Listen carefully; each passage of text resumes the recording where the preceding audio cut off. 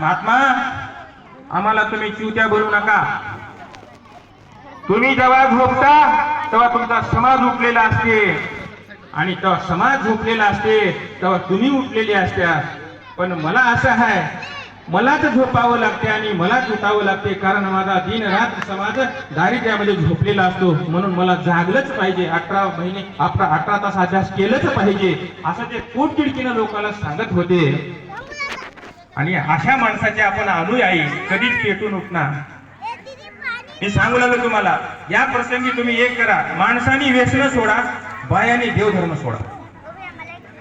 तुम्ही ज्या दिवशी उपास तापास करणार नाही, तुमची बीपी लो होईना, आहे की नाही? बीपी लो होईना, तुमचे टार्गेट बरोबर पूर्ण होते। आणि किती भारीचा मोबाईल असला तर आई म्हणून तुम्ही त्याचा फक्त मोबाईल म्हणून भ्रमणध्वनी म्हणून यूज करा। मुलांना मोबाईल बघू देऊ नका, पूर्ण वेळ नवऱ्याला आणि तुमच्या लेकरांना द्या। तुमच्या घरात जर बाबासाहेब आंबेडकर जन्माला येईना गेले तर मला गुरुजीच म्हणू नका। आपल्या हातात असलेला आपण करणं, बरं काय? आपल्या हातात प्रत्येक गोष्ट आहे। उपासानं काही होईना, कुठं मठात जाऊन कीर्तन ऐकल्यानं महाराज एवढा पापी माणूस दुसरा कोणीच राहीना। ज्याला संसार जमला त्याला महाराज होते, ज्याला बायको जमली त्याला संसारी होते।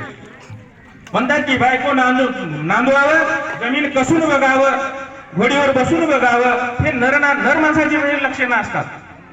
म्हणून तुम्हाला सांगतो, भूलथापाला बळी पडू नका आणि कोणी भंडाऱ्या जाऊन असला अन्न खाऊ नका, ती दिंडी खात्या। आपल्या घरामध्ये देवानं सगळं दिलेलं असताना आपण या भंडाऱ्याच्या अन्नाला तरसत जाते, काय